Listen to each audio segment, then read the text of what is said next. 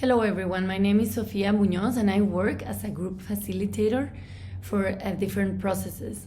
So I have different clients, but one important client has a systemic, I would say now, conflict with their teams because there is the administrative team, but there are project teams.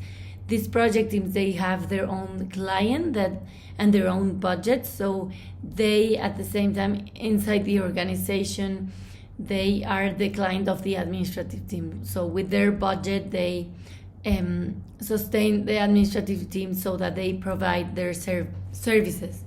So what the project teams, they do have very specific tasks, goals, and particularly KPIs that they have to achieve. So they are very much focused on what they have to achieve and their goals. And on the other hand, the administrative team, they have to follow up on the processes and the rules of the administration. So the projects, since they have to achieve their goals, they sometimes try to find their way out of the rules or the processes just to get their results. And in that process, they look for help in the administrative team just to see how they can get through. So for example, they call one person, and if they don't get the response they expect or want, then they go to the other person and then another one to see if they can find a solution that it's gonna be what they want, and sometimes only what they want to hear.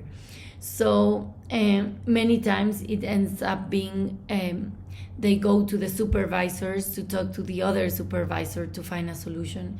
And in many cases they do find a solution which is not necessarily outside of the rules, but at the end of all this process, the administrative team members, they do feel disrespected and not listened to because they are asked to follow the processes and follow the rules, but then at the end they end up getting whatever they wanted, or in some ways what they wanted, and not listening to them. So before I can say it was more of a task issue, but now it has become or conflict, but now it has become more of a relationship conflict because people now feel that there is this, even in some cases, a personal thing between the people from the projects and the administrative ones, that they feel not well treated, and they feel that the project teams, they see only them as support, and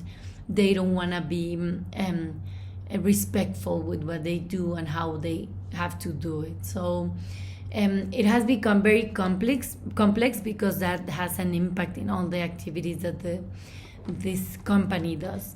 And I think there is also a cultural aspect because the people in the project are mainly Mexicans, but the supervisors are from another country. So in Mexico, we tend to avoid conflict directly. So we are afraid of talking to the people we have conflict with directly, and we tend to talk with other people behind. So and the supervisors, they don't care about having conflict. They embrace conflict and they just go ahead and they talk to each other. So that differences also, I think, play an important role.